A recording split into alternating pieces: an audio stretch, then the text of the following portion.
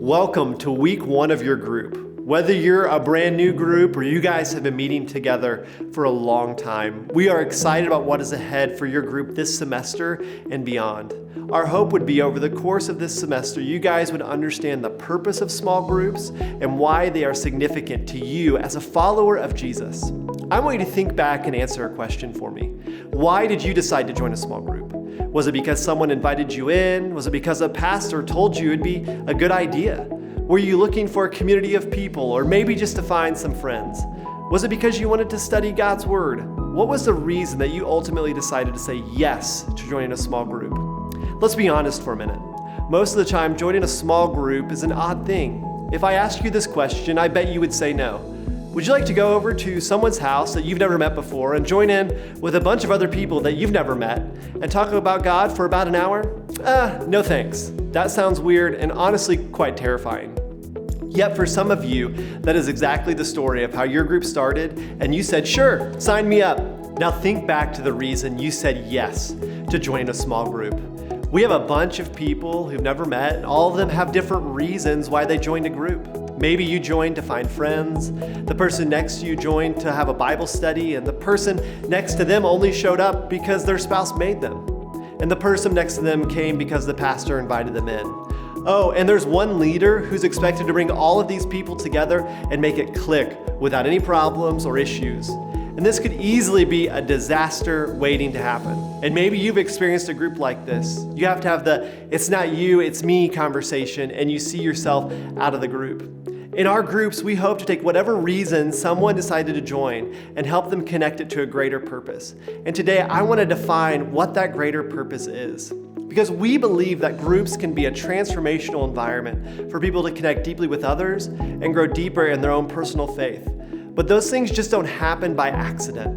You see, your group has its own unique DNA that exists within it. The DNA of your group is created by a whole host of different factors. This includes the personalities within your group, the history of your group, where it meets, and most strongly, what you do each and every single time you gather or connect with one another. The fun and challenging thing about small groups is that first we form our group, who's in it, what we meet around, what we do consistently, and then ultimately our group begins to form us. We become like the people we spend this time with, and we become like the things that we do over and over again with these people. Our small groups are an essential ministry to help us fulfill the mission of Bethany.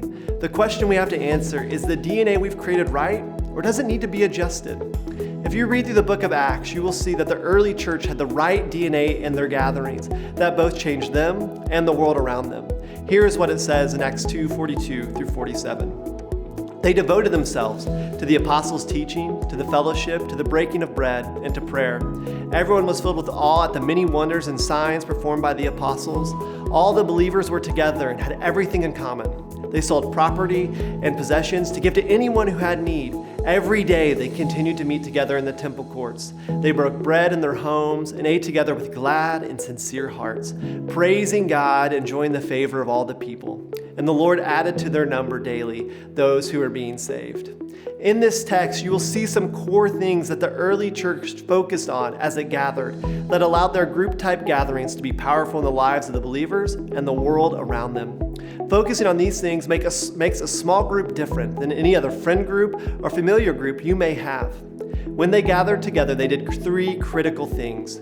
First, their time together was centered on growing deeper in their faith together. As it says in verse 42, they devoted themselves to the apostles' teaching and prayer. Those weren't occasional things in their time together, but something they were completely devoted to. It was what made their time together unique.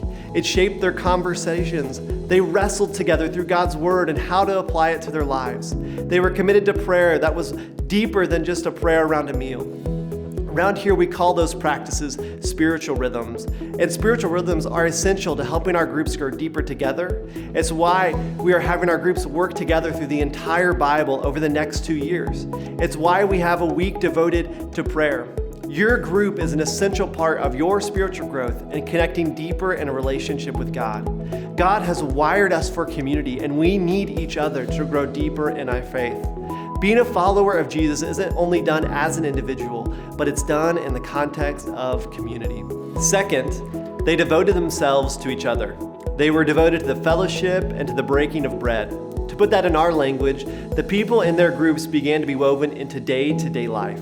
They were connected to each other. They texted each other. They loved one another. They encouraged and challenged each other. They made relationship with each other a priority in their lives. They sacrificed time and resources and other priorities to meet together. Jesus said that they will know you are my disciples by the way you love one another. And Bethany is just too big for you to know and love everyone who calls this place home. You can't care for everyone here, but you can care for someone. Our groups are designed to help you build meaningful and caring relationships with a group of people of like faith. And finally, when they gathered together, it compelled them into the mission of God. In this passage, you see a people marked by generosity. They were selling and giving, but also the Lord was adding to their number daily those who were being saved. One tendency I know I've experienced over my 15 years of leading groups has been what I call the Holy Huddle syndrome. I myself have been completely guilty of this. The Holy Huddle syndrome is marked by this. We come together as a group and talk about things of faith and how we should apply it to our lives. People we should be praying for, people we should be sharing our story with, people we should be inviting into our group, over to our home, or to come to church with us. But all these shoulds never make it into our lives. Lots of talk, but little action. Been there? Yeah, me too. The early church didn't talk about what they should do. They actually did what they were called to do. Those of us who are followers of Jesus, we are called to the mission of God. We are His plan to reach the world. We are called to reach our neighbors, our friends, our coworkers, classmates with the good news of Jesus. And our group should be a catalyst for that happening in our lives. They are the people encouraging us to take steps of obedience. There are people holding us accountable to those things which need change in our lives. Our groups propel us into the mission each and every week. They help us see places and people who need to hear or experience the good news of Jesus. And our groups are a part of God's plan to help reach our communities with the good news of Jesus. To recap, in simple form, our groups are designed to do three things: help us connect up with God, help us connect in with one another, and help compel us out into God's mission. It's as simple as that. Up, in, and out. That's what followers of Jesus do. It's why our small groups exist. And I'm not sure the reason why you joined a group or the reason that has compelled you to stay. Our hope is that you begin to see the purpose of groups as it relates to your life. And we're going to close our group time with an opportunity to reflect on how well these things are occurring in your group. This exercise isn't one of condemnation or shaming, but an invitation. It's a willingness to say our group is great at connecting with one another, but I don't know how well it is at connecting deeper into the mission of God. Or maybe it's a moment to say, we do a great job of connecting around God's word, but we haven't done a great job of developing the love or care for each other. Whatever it is, when God convicts us of an area of change, it's for our good. He's inviting us into a deeper, more meaningful way of life. In John 10:10, Jesus promises us life and life to the fullest. To be able to receive that type of life, we must be open-handed to our current way of life. And all of us are in process. We don't expect your group to be perfect, but just a willingness to grow. And we're excited for your group for this season. We look forward to seeing how you grow deeper into knowing God, connecting with each other, and becoming a difference maker in the mission of God. Take care.